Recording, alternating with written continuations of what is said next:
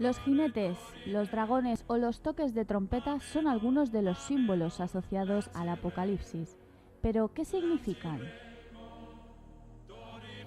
A esta y otras muchas preguntas podemos encontrar respuesta en el libro El Apocalipsis de San Juan, lectura teológico-litúrgica, escrito por el deán de la Catedral de Valencia, don Emilio Aliaga.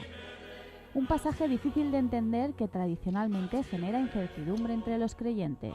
La complejidad yo ahora cada vez más veo que está en que no nos hemos acostumbrado nunca a leer el libro.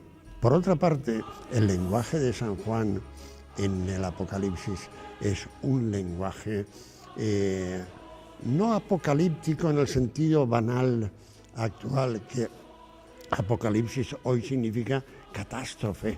Mientras que el propio San Juan dice que el Apocalipsis, el libro que él escribe, es la revelación de la voluntad de Dios sobre los hombres. Una publicación que invita a hacer una lectura actual del Apocalipsis, explicando el significado de cada uno de sus símbolos y signos.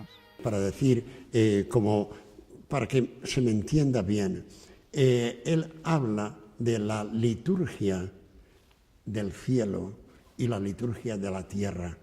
Entonces, en un momento así, cuando estamos todavía en el final del primer siglo cristiano, la forma de expresión litúrgica de ese pueblo no puede ser tan solemne como la estamos teniendo hoy.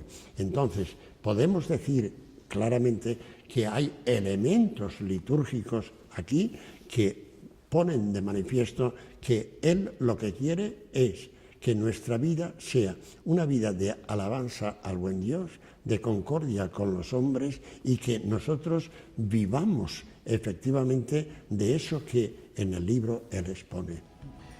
El libro, editado por Verbo Divino, ya está disponible en librerías religiosas.